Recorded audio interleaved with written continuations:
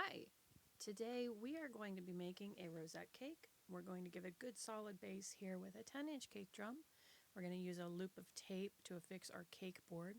It is 6 inches, the same size as our cake layers, and we're going to put that right in the middle of the board, check to make sure it's on secure and centered.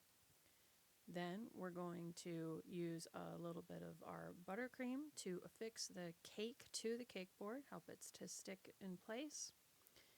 We'll make sure that that's centered in the board. It's more important whenever you're doing a smooth coat of frosting, but even whenever I'm doing the rosettes, I still want it to be as close to the center as possible. So we'll add our filling here, which is just going to be the same as what's going to be on the outside today. It's a cream cheese flavored buttercream. And we will smooth that out, push out some air bubbles, and make it nice and smooth for the second layer. I have already cut the tops off of these layers, and I'm making sure that it is level and also straight before I start the rest of my crumb coat. This is just a thin layer of frosting that's going to seal in any of those crumbs and make sure that it doesn't get mixed in with any outer coatings. I will smooth this out. I'm not going to make it perfect, but I had to fight my instincts here because I'm so used to trying to get it as smooth as possible. But with the amount of frosting that's going to go on with the rosettes, it's really not important. So I have to just make myself stop and just call it good enough, even though I would really prefer to just make sure that it's as crisp as possible.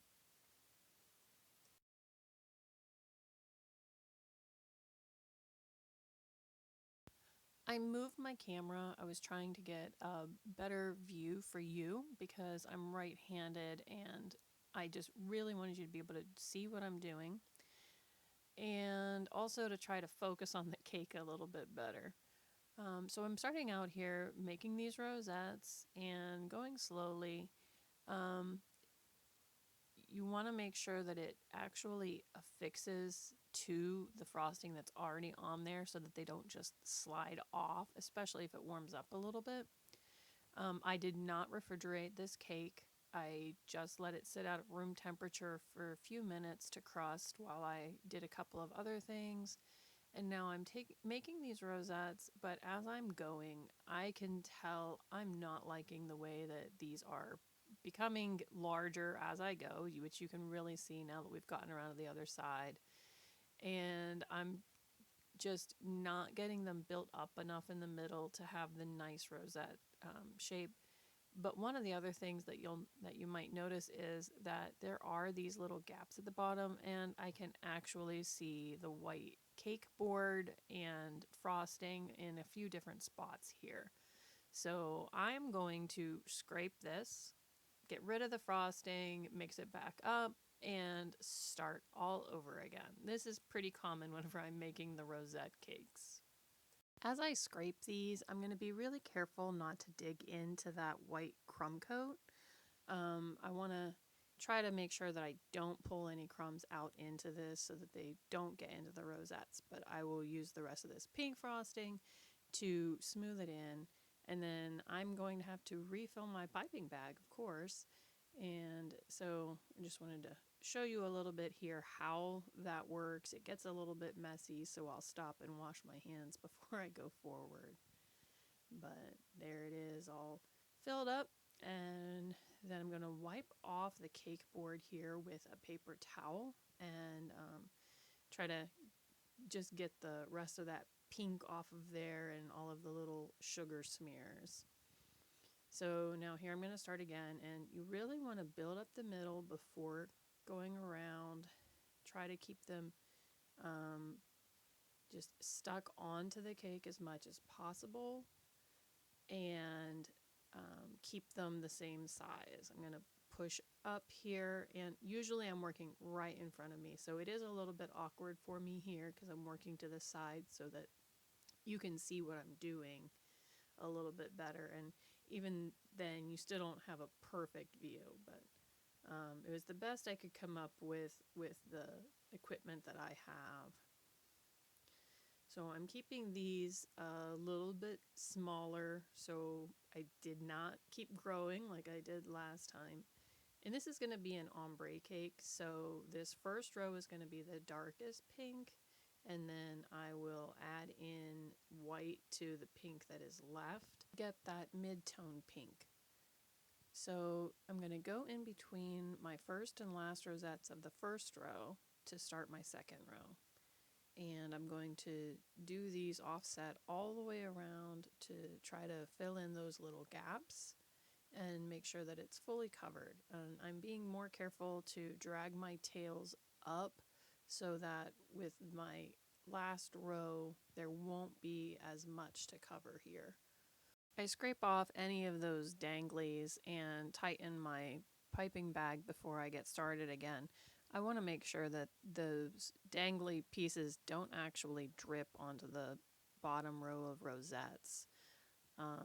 It'll be harder to blend that in and disguise it, and I don't want to have to go back and repipe that first row. So I keep scooting the buttercream down in my bag and then tightening it up before doing my next rosettes, making sure that I've got good pressure on them. So you can see those are all about the same size, and I'm ready for my lightest color of pink now, and this is going to make the top row, and it's also going to cover the top of it.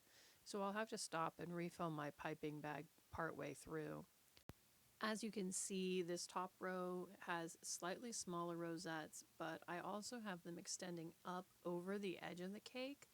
But I'm doing that on purpose because remember, we're going to cover the top of the cake with a row of rosettes too. So I want to come up to about the level that it will be with a rosette on top of the cake. And that will help to blend in these corners better. If I were to stop at just the top of the cake, I'd end up having the edges of the rosettes peeking through, and then also corners of the top of the cake showing through in between each one. So the last thing we'll do is cover the top of the cake. One thing I want to encourage you to do is to make twice as much frosting as you would need to make for whatever size rosette cake you're making.